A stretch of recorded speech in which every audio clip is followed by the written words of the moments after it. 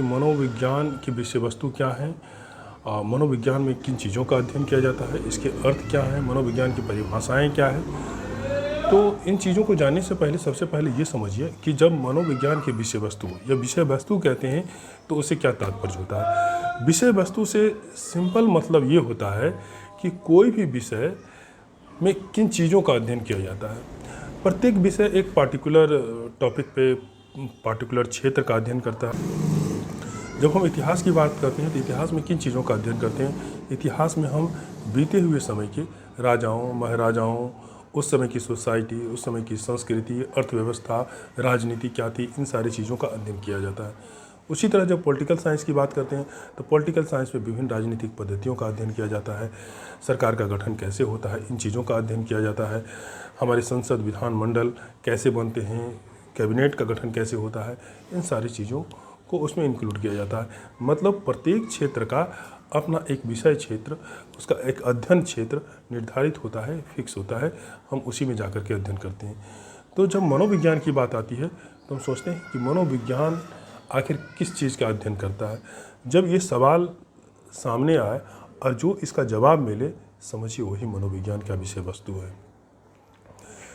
तो मनोविज्ञान की विषय वस्तु की चर्चा करने से पहले ये देख लेते हैं कि जो मनोविज्ञान शब्द है ये अंग्रेजी का साइकोलॉजी से हिंदी रूपांतरण है।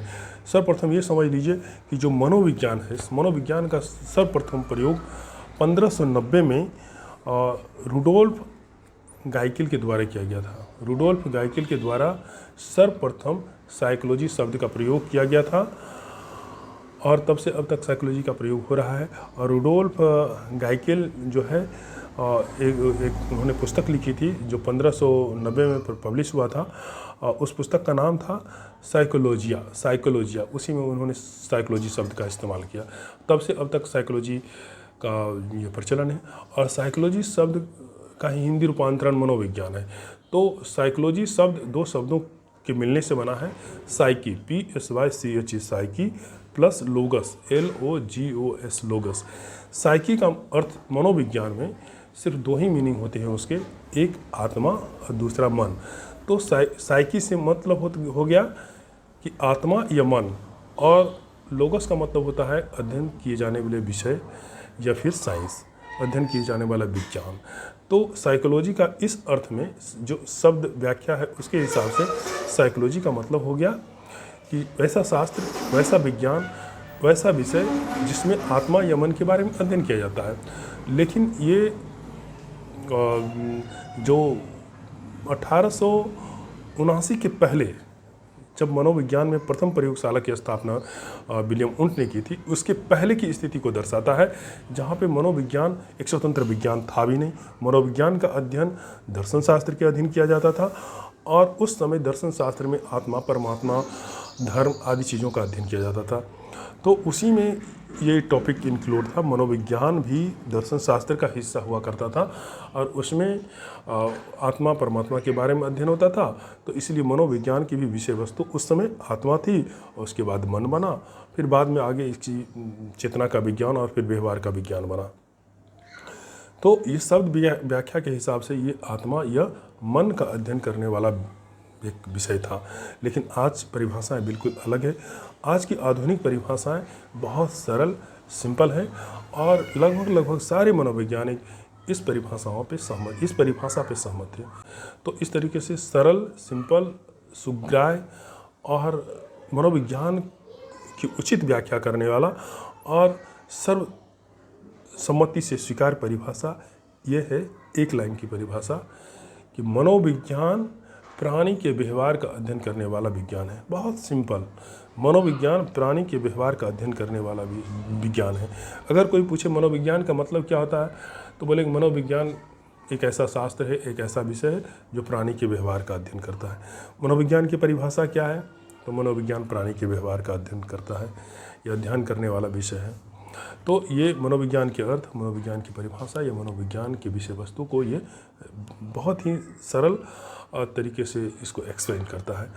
आपके पाठ्य पुस्तक में मनोविज्ञान की परिभाषाएं थोड़ा सा विस्तार से इन्हीं शब्दों को अलग तरीके से एक्सप्रेस किया गया है, अभिव्यक्त किया गया है।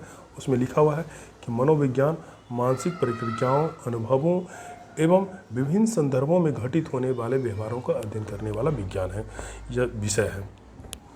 अब इन दोनों चीज़ों को देखते हैं। सबसे पहले ये समझिए कि मनोविज्ञान प्राणी का व्यवहार का अध्ययन करने वाला विज्ञान है। प्राणी के व्यवहार, तो सबसे जब प्राणी कहते हैं तो प्राणी से आशय सभी प्रकार के पशुओं, जीव जंतुओं और इंसानों से होता है। इंसान भी एक प्राणी है और जानवर तो प्राणी है ही। तो मनोविज्ञान में सभी प्रकार के प्राणियों यानी जीव जंतुओं, पशुओं और इंसानों के व्यवहार का अध्ययन किया जाता है। और व्यवहार भी यहाँ मनोविज्ञान में इसका बहुत व्यापक अर्थ है। सीमित अर्थों में व्यवहार वो व्यवहार नहीं जो सिर्फ प्रेक्षणीय हो, ऑब्जर्व करने वाला व्यवहार हो, सिर्फ वो व्यवहार नहीं, व्यवहार जो अप्रेक्षणीय हो, जिसको हम नंगी आंखों से नहीं देख सकते, वो व्यवहार भी शामिल है।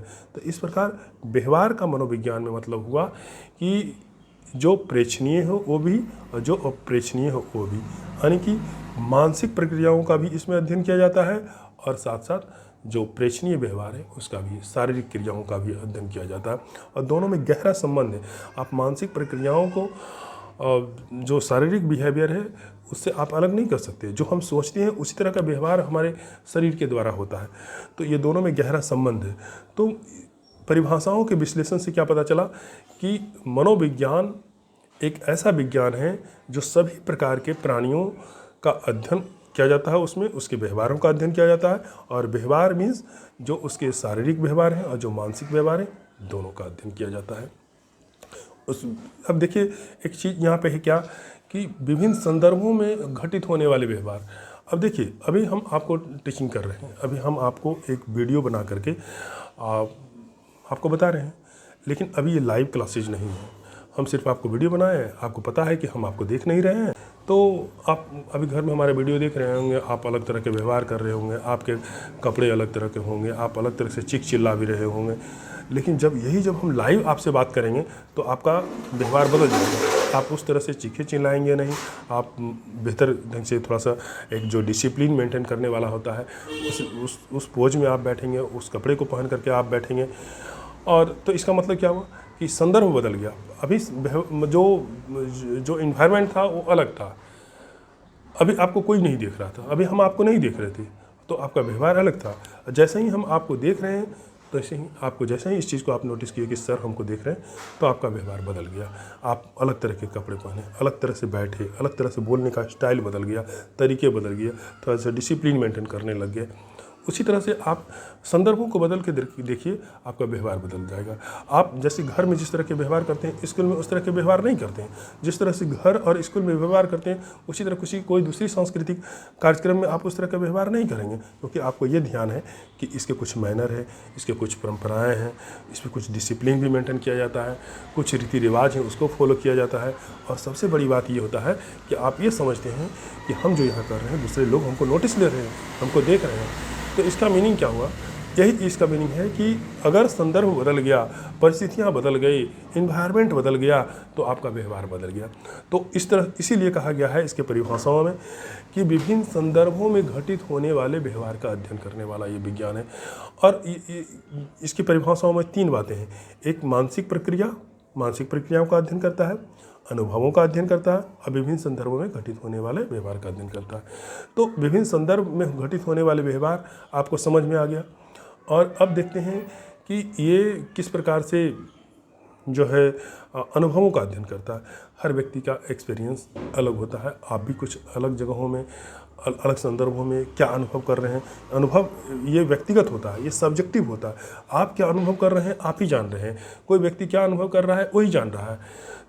दूसरे के व्यवहार को एकदम सीधे हम नहीं समझ सकते हैं, ठीक है। तो इन सारी चीज़ों को भी मनोविज्ञान में अध्ययन किया जाता है। और जहाँ तक मानसिक प्रक्रिया की बात है, तो मानसिक प्रक्रिया का भी संबंध भी क्या है, मस्तिष्क से है।